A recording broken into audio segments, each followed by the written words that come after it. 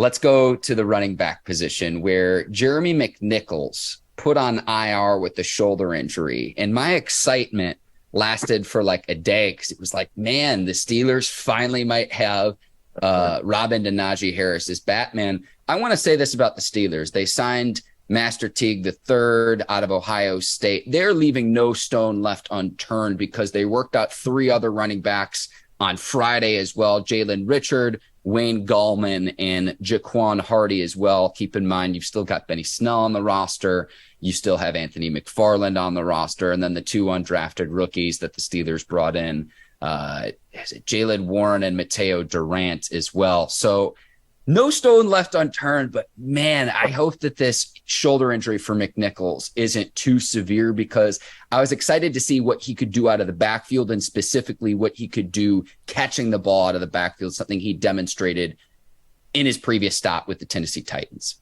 Yeah, I'm looking up my running back. For me, he's the backup too. I'm looking at the Pittsburgh Steelers training camp roster. So I'm looking at my running back from Oklahoma State. As soon as I find him. Is it Jaylen Warren? From Oklahoma State, the yes, running sir. back? Yes, sir. Yeah, he's your number 2. Wow. Hands down, my personal opinion. You've been there, Ike. Again, you've been in training camp, boots on the ground in Latrobe. He's the number 2 running back. Now, he's every bit of 5'6", 5'7", every bit of it. And I'm stretching.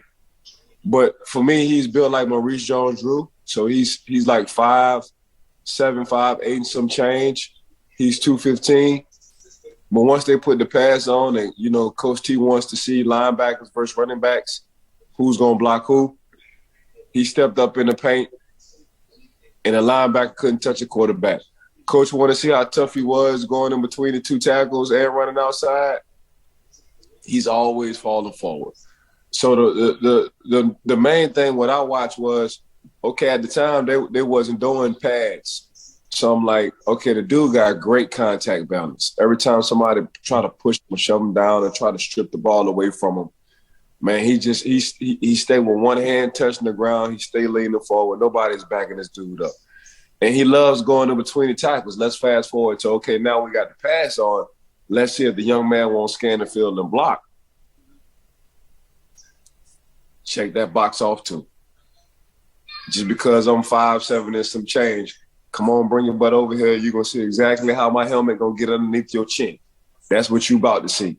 Okay, now I'm about to give him the ball and give him some runs inside, see if he can work in between the tackles. You see it, then you see the little man break out. So for me, that's my number 2 because I done seen everything else. I done seen the Benny Snells. I done seen Teagues. I done seen everybody. From what this young man doing, he's going to be hard not to have 1 on the team, 2 a lot of playtime. He will get a lot of playtime. And for me, he's the number 2 behind Najee Harris.